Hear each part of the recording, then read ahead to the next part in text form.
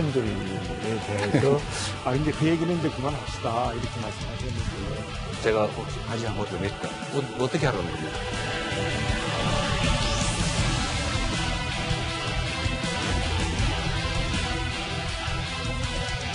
앞으로는 그런 질문 하지 말고 인터넷 뒤지면 다 나옵니다. 인터넷 열심히 찾아보세요.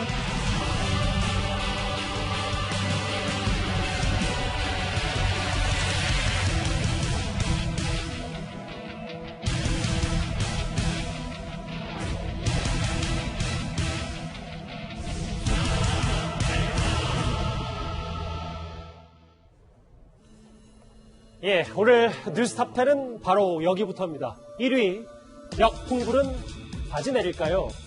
민주당에서는 유력 대선 주자인 이재명 지사 대 반 이재명 구도가 선명해지고 있습니다. 이 지사가 공식 출마 일주일 만에 점령군 발언, 그리고 기본소득 공약 후퇴 등으로 첫걸음이 그리 순탄치는 않은 것 같은데요. 어제 2차 토론에서 다시 이재명 지사의 발언이 논란의 중심에 섰습니다. 만약에 윤석열 전 총장에 대한 도덕성 검증을 철저하게 해야 된다면 이재명 후보에 대한 검증도 철저하게 해야 되는 거 아닌가. 소위 말하는 그 스캔들 해명 요구에 대해서 회피를 하거나 거부를 하는 것은 그 대선 후보로서 저는 부적절하다 이런 생각을 하고 있어요. 당연히 검증을 하는 게 맞겠죠. 저희 이제 형제가 이제 불화가 시작된 계기는 이제 안타깝게도 시장 당선 후에 책임지고 사과드리도록 다른 문제. 어떤 거 말씀하시나요? 그러니까 그 소위 말하는 스캔들에 대해서 이제 그 얘기는 이제 그만합시다 이렇게 말씀하셨는데 제가 혹시 다시 한번 더 낼까요? 그거하고는 다른. 어떻게 하라는 겁니까? 정세균 후보 꽤 당황한 모습도 있었습니다. 이현정 의원님. 네.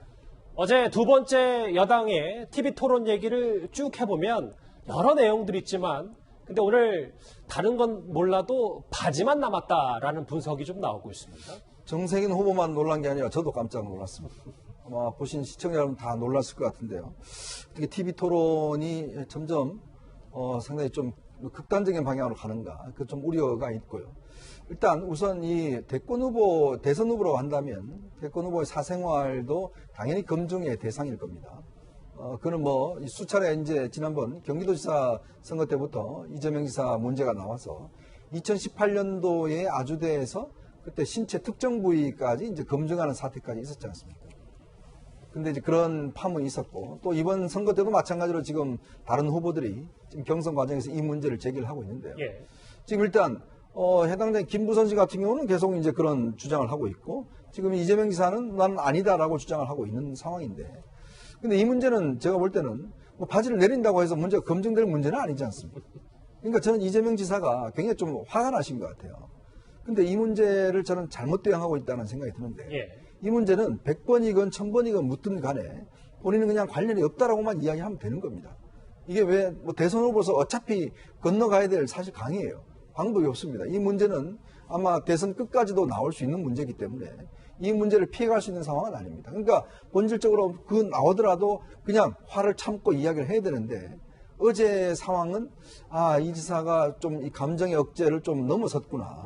그리고 이 이야기가 상당히 아마 일반인들한테도 굉장히 충격으로 다가갔을 것으로 생각이 듭니다. 장평론가님, 저하고 화면을 좀 같이 보겠습니다. 어제 정 전 총리가 얘기한 건 여배우 스캔들에 대해 그만합시다 이렇게 말씀하셨는데 이 발언은 그러니까 여배우 스캔들 내용을 다 알고 싶은 게 문제가 아니라 이 지사의 그간의 질문에 답변하는 태도 얘기를 꾸짖은 건데 제가 바지 한 번 더 내릴까요? 어떻게 하라는 겁니까? 이렇게 이 지사가 응수를 했거든요.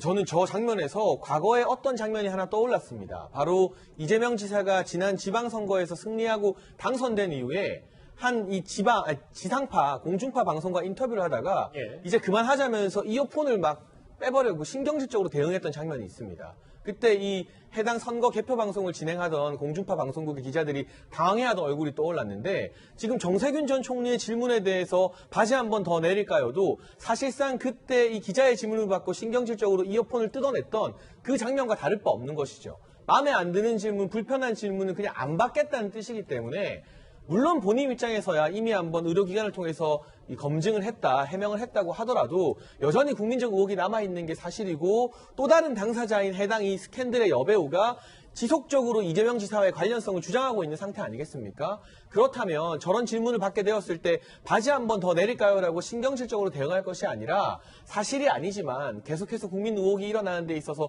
송구한 마음이 든다. 하지만 분명한 건 사실이 아니다. 이런 식으로 말을 하거나 또는 보다 엄정한 법적인 조치를 그 해당 여배우에게 가하겠다, 취하겠다. 이런 식의 원론적인 답변을 취하는 그런 인내심도 대선 주자에게 요구되는 덕목인데 예. 지금 이렇게 바지 한 번 더 내린다는 사실 대선 주자, 어쩌면 우리나라의 대통령이 될지도 모를 정치인 입장에선 너무나 부적절한 발언으로 신경질 내는 걸 보면 그때 그 이어폰 뜯어내던 모습이 다시 한번 떠오른 국민들이 상당히 많지 않을까 합니다. 제가 바지 한 번 더 내릴까요? 이 발언을 둘러싼 이 두 사람의 신경전은 오늘까지도 이어졌습니다. 바로 화면으로 만나보겠습니다. 저를 이제 1번 선수로 만약에 지명을 해주시면 내성을 기르는 백신을 맞는 측면에서 매우 유용하다고 생각합니다. 당신 마녀지? 이렇게 얘기하면 아닌데요? 그랬더니 마녀 아닌 거 증명해라. 그래서 어떻게 증명합니까?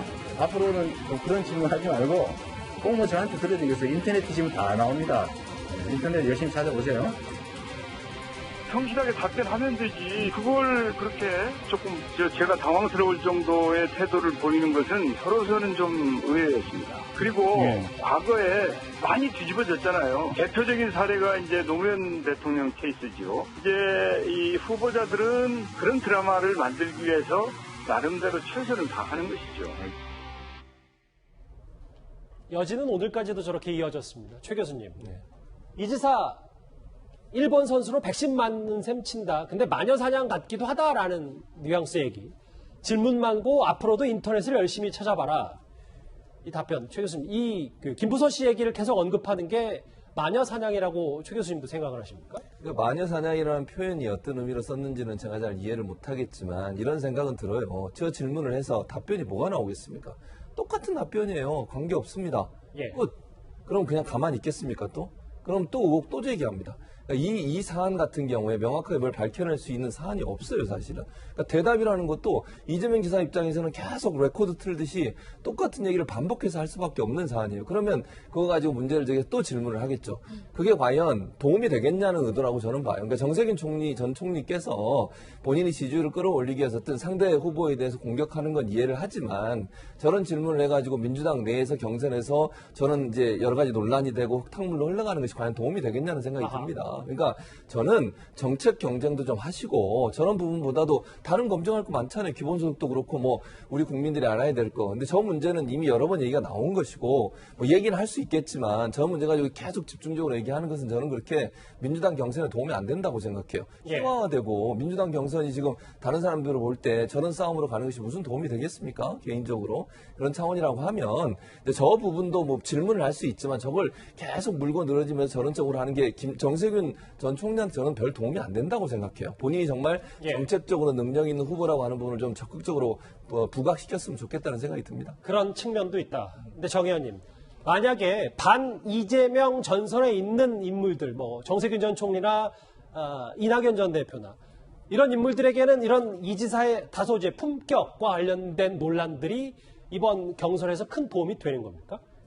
도움이 되겠죠. 왜냐하면 우리 토론회는 지나가고 나면 사실 생각나는 게 별로 없어요. 근데 이제 지난번에 그 안철수 대표가 왜 후보 시절에 나 MB 아바타입니까? 뭐 이런 발언이요. 근데 이제 토론회 지나가고 나도 지금까지도 그건 회자가 되잖아요. 마치 그 말만 있었던 것처럼요. 근데 지금 사실은 저는 정세균 그 전 총리의 이 질문에 사실은 이재명 지사가 거의 낚인 것 같아요. 왜냐하면 보통 후보들은 다 이런 질문 예상하거든요. 분명히 저는 예상했을 거라고 봐요. 그러면 거기에 맞춰서 품격 있는 답변을 또 준비하거든요. 근데 저렇게 위험한 발언을 했다는 게 결국 국민들께서는 사실은 정책만 보진 않잖아요. 그 사람의 인품, 대통령으로서의 품격 이런 여러 가지를 보고 있는데 바지 얘기를 해버리니까 이제 앞으로는 이 토론회가 지나가고 나면 아니면 이번 대선에서 그 말만 생각날 것 같아요. 바지 얘기만. 그러니까 그런 면에서 어떻게 저렇게 위험한 발언을 했을까 저는 사실은 놀래기도 하지만 이해가 좀 안 돼요. 그래서 어찌됐건 지금 판세가 이 지사에게 마이너스가 분명히 마이너스. 저거는 분명히 불리한 거고요. 왜냐하면 이 생각한다는 거예요. 그냥 입으로 말하고 우리가 생각을 하고 상상을 하잖아요. 근데 이미 이재명 지사는 그 바지로 인해서 국민들한테 그냥 상상할 수 있게 뭔가를 던졌기 때문에 제가 볼 때는 이거는 완전히 정세균 후보가 승리했다고 봅니다.